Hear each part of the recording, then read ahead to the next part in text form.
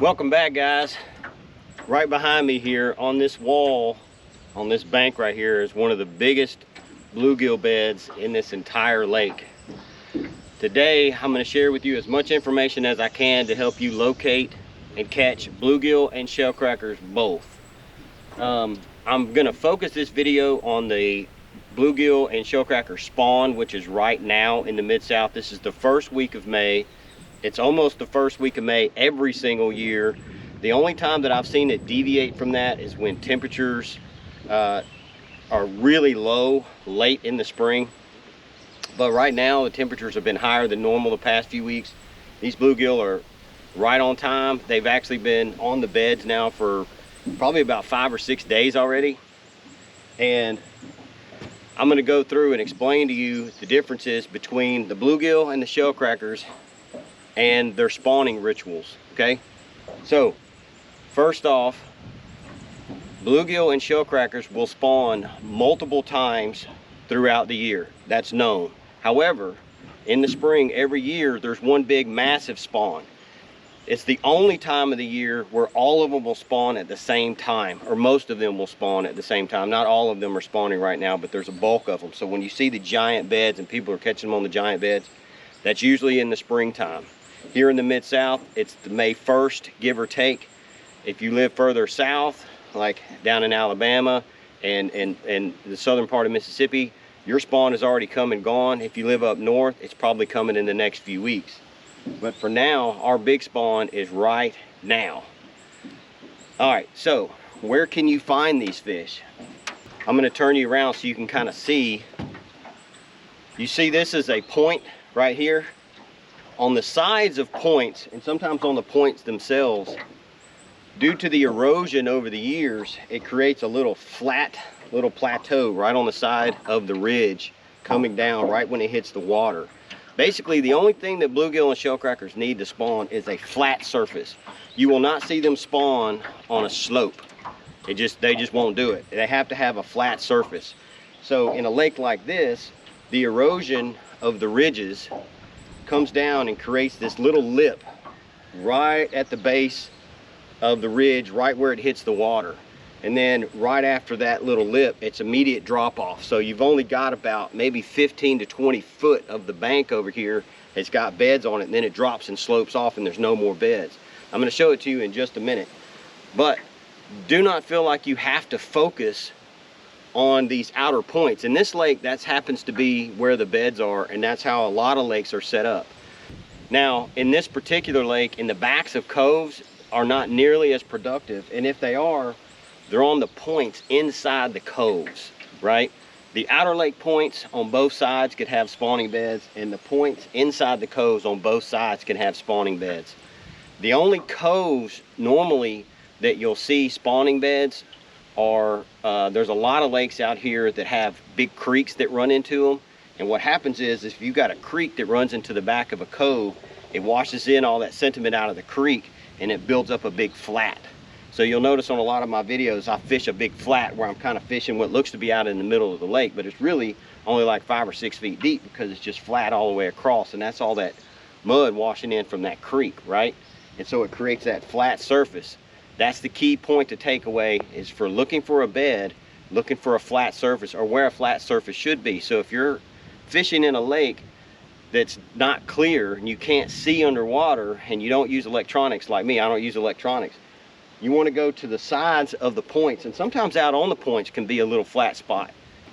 So you take this point over here, you would think there would be bluegill on both sides of that point if it flattens out. Now, they're not on every point because there's 500 points out here on this lake, but a lot of them will have them on both sides, like this one. Now let me get up here and show you this one and show you what I'm talking about the flat section versus the slope. They don't bed on the slope. All right, so I'm gonna see if you might can see some of these bluegill swimming off as I pull up in here. But you can see this is a monster sized bluegill bed. You can see it looks a little bit dusty. That's because they're fanning the beds out, but you see all the little circles. They're all jetting out of here as I'm pulling up in here. But you see them back over there.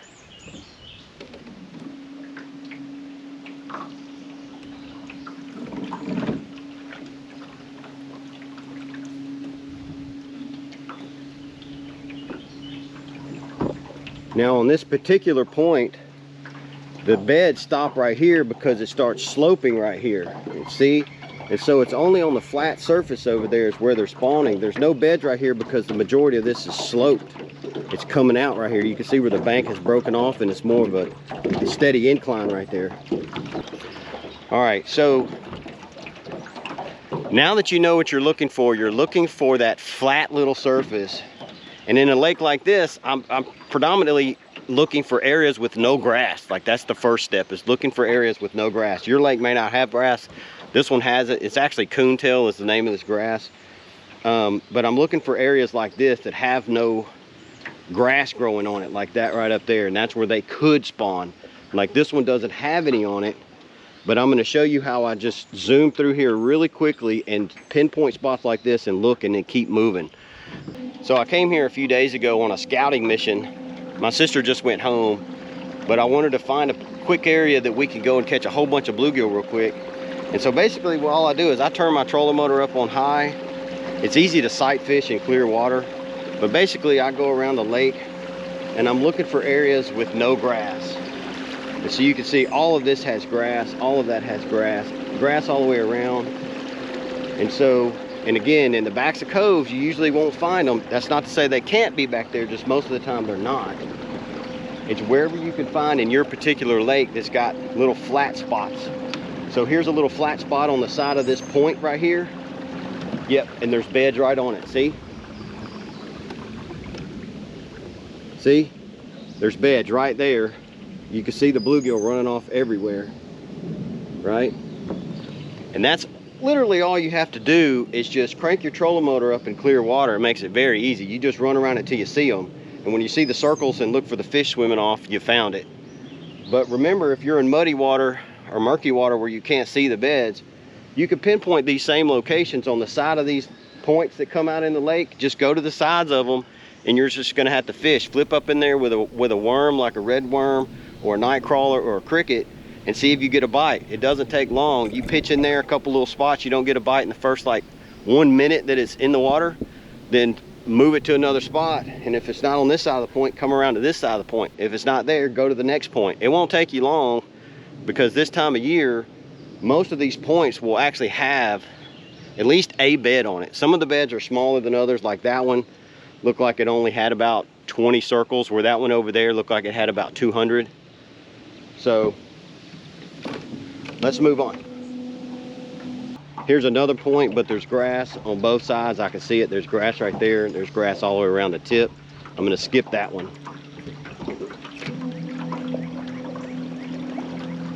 I'm going to avoid the back side of the cove. There's no creeks that come in back there. While I'm zooming across the lake over here, let's talk about shellcrackers for a minute. Now, shellcrackers can have beds on their own, and when you see them on the beds by themselves, you will not see any circles.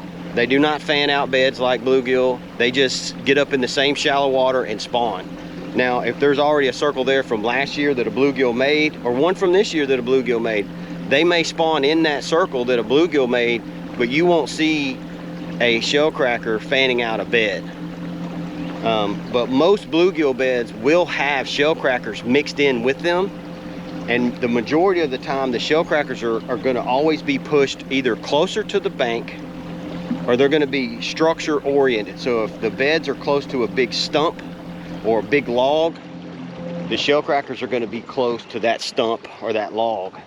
Now, here's a point right here on the side of this point. Here's some beds already. See, this is the third one we found, and we've been here all of 10 minutes, right? So there's a small bed right there, and it's actually got about a 4-pound bass sitting right in it. That's weird. I don't know if you can see that bass that's in there. So as you can see, not all of these points have beds on it. So if you're in a lake where you can't see the beds and you can't see the fish, fish it only for like a couple of minutes. Like 5 minutes is a long time to fish one of these spots. If there's fish in there, you would have already caught them. So I would not concentrate for longer than 5 minutes on any given point or any back of a cove, right? Keep it moving, keep it moving. When you find the beds, you'll know it because you'll get a fish almost immediately. All right, guys, I am coming up on a main lake point. I'm on the main body of the lake. This is one of the primary points that comes out, and what I'm showing you on this particular point that's different from the rest of them is the ground up here is technically, it's all gravel and sand. Most of this lake is a mud or clay bottom, and this particular bank has a whole lot of gravel on it. I'm not really sure how, that's just the nature of the lake, but that's what you've got. But I'm going to show you that the lake bottom does not matter. Bluegill are going to spawn if there's a flat surface. It doesn't matter if it's gravel or if it's mud, if it's clay, it does not matter as long as it's flat. And so that's the point of me showing you this bed right here. The bed is right up here. I'm going to keep you up high so you can see it.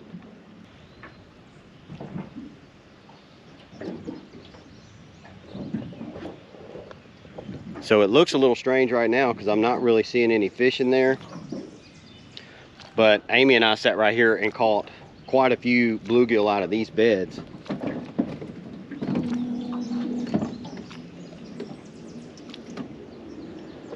But I'm hoping you can notice the difference and you can see the gravel in the circles, right? Gravel in the circles. These are all bluegill beds, and it doesn't actually look like there's any bluegill on them right now. I saw a few swim off when I got up here, but these beds were full like 2 days ago because Amy and I sat right here and caught a pile of them out of here. So gravel, mud, doesn't really matter as long as it's a flat surface. Bluegill and shellcrackers will spawn. Okay guys, the next tip is that bluegill like to spawn under overhanging trees. And so a spot like this, I don't know if you can see those beds, it's a little dark in here. You can actually see there's a few floats in here where a few people have found these beds. But there's bluegill beds all under these trees, all under those trees. And I think it's just because it gives a little shelter from the sun so they're not sitting there cooking all day. But there is a ton of bluegill that just exited out the back. Now, if you're gonna fish any of these spots, the critical part is shellcrackers are not spooky. You can almost touch a shellcracker with your boat and they won't leave. And if they do leave, if you just sit there for half a second, they're gonna come right back. Now, bluegill are very spooky. They're a spooky species of fish, way different than that of the shellcracker. So if you're going to catch a bluegill in the bed, your boat placement is critical. The closer you set your boat up to the beds, the more quiet you need to be. You can set up pretty close to these beds because you're going to have to and not hang the trees, right? So you're going to have to be fairly close. But the thing about it is, see, there's still bluegill in there right now. The thing about it is with bluegill, just be quiet. And the same is true with when you flip your bait in there. So I've seen a lot of people fish with these giant floats. I don't know, you can see that one hanging in the tree right there. The bigger the float, the bigger the weight, the bigger the presentation, the bigger the splash, and the more you disturb and scare the fish. You want a low profile, soft landing. I want to use the smallest float I can use if I use a float. You could just pitch in there with a red worm. If you use a cricket, it's a little bit too light a weight. You're probably going to need a little bit of a split shot. You don't necessarily need a float. I use a float sometimes as an indicator to know that I've actually got a bite, especially if I'm throwing further than what I can see with my glasses. But remember just to be quiet. Now, it's an ideal situation if you brought crickets, night crawlers, and red worms or red wigglers. I like having worms and crickets. Night crawlers are a little bit big. I like to fish with them if I'm fishing for big shellcrackers. I love fishing with night crawlers. But if I don't know what it is that I'm fishing for, I like red worms and crickets. And like the other day, Amy and I came out here, and crickets are usually a winner with bluegill any day of the week. But the other day, we were out here fishing, and the only thing we can catch them on was the red worms. We can catch them on crickets, but it took 3 times longer to get a fish on the hook. And so we were catching obviously 3 times more fish, flipping in there with a red worm. Not to mention, fishing with red worms, you don't lose your bait the whole time. Like a cricket is gone after 1 fish. Sometimes you can use a worm 2, 3, 4, 5 fish. So boat placement and being quiet are critical components. But for this spot right here, I would just keep the boat out here a little ways and pitch up in that hole. You can see how Amy and I fished when we got to that big bed over there. We kept the boat off to the side. I let the trolling motor dig in the mud. We actually tied the back end of the boat to that log so we didn't move. And we got our poles ready, and we just sat there quietly until all the fish came back in the beds. We'd pitch in there, we'd both catch a fish. The chaos from catching the fish would disturb the rest of the fish. They'd swim out. Less than a minute later, they were back in the bed. So just wait a minute and they're gonna come right back. Just keep the boat still, keep it situated, and all the fish are coming back. They're not gonna leave. All right guys, so today I'm on a totally different lake.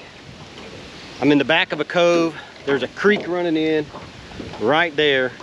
Those creeks running into the back of these coves causes a lot of silt and causes the back of the coves to be, you know, kind of flat all the way across. It doesn't have that tapered form to it like some of the other coves do. Now in this particular lake, most of the coves are flat, whether they've got a creek in them or not, just because it's had enough years of silt where most of the coves are flat. So in this particular lake, you don't necessarily have to look for creeks. I look for the coves with creeks because it's kind of a no-brainer. It's going to be flat in there, and I'm looking for high percentage areas to focus my time on. Obviously, when you come out to a lake like this, you can't hit every cove. So I like to focus my energy on the highest percentage area. So I don't know if the sun's going to allow me to show you this, but the creek is right there. And what I found is there's beds all under this tree right here. And there's an area right out there that's got beds in it. And I don't think the sun is going to allow you to see it. I can't even see them now. But there's beds all the way out here, all the way around this tree. And there's more right over there. And it's not, they're not huge beds like the other lake, but I don't know if you can see them. There's a bunch of circles. They're in about 4 or 5 foot of water right there. Those are bluegill beds. I don't know if they're fresh this year or last year's. It's hard to tell. They look pretty defined for them to be last year's, but this is where they're at, right? I came through here with this little black and chartreuse jig trying to catch one, and all I caught was a little bitty guy. So for this particular lake, I'm either early or late. All right, so the back of this cove, there is a big creek that runs in right there, kind of cuts back in and snakes back through the woods. So this whole area out here is just one big huge flat. Now here in the middle, it might be 5 or 6 foot deep, but on the sides it's real shallow. I'm going to try to get to where I can see some beds and at least show you where they're at, if I can figure out where they're at. But somewhere in this circle, there's going to be some beds if I can locate them. Here they are. There's brim beds right there. Can you see them? So there's that creek. There's the first set of brim beds is right there. I hope you guys could see those. All right. So there's 2 spots right here I want to look at. One that blue heron just caught him a bluegill over there. There's a point right here, and the side of this point sometimes has bluegill beds in it. And this is one of those coves that I was talking about that doesn't necessarily have a creek running into it, but it's got a valley between 2 ridges. And there's usually bluegill beds up in here just the same because it's still flat. You can see that there's timber and stuff across it. That's because it's real flat. So I'm gonna pull in here and see if there's any bluegill beds in there. Yep, well, yeah, I can't tell. Is that bluegill beds over there? Yeah, they're all under that, all around that timber. See them? They're all the way out here. There's bluegill beds. There's bluegill beds all in there. The water's too dingy for me to actually see the fish, but there's bluegill beds all the way to over here. But they're all the way up in there. All of this is bluegill beds. And see, it's not a creek, it's just a valley. But it obviously has bluegill. Now, I don't know if those are beds from last year or this year. I can see a bass going through there, about a 1-pound bass. I do not see any bluegill. There's actually, it's a nice sized bass right there. All right, now let's talk about bluegill and shellcrackers after the spawn. So bluegill is the easiest fish to me to catch in any lake.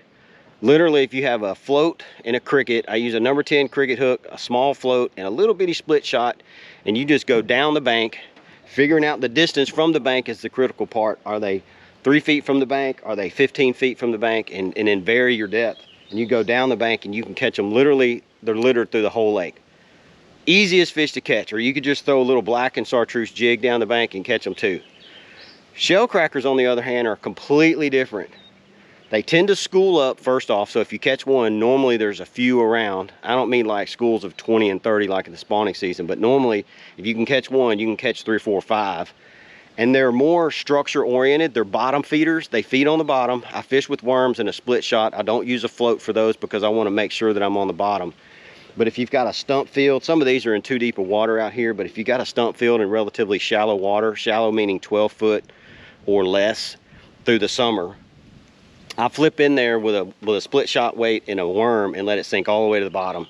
And you just bounce around until you find a stump, a log, a tree that's got some on it. And once you catch one, you fish around, you usually catch a few more. I'll show you that when the summertime comes, and I'll try to locate some out here and show you. But for now, I'm fixing to wrap this video up and head to the house. I hope you guys learned something. I'll catch you on the next one. Y'all have a good one.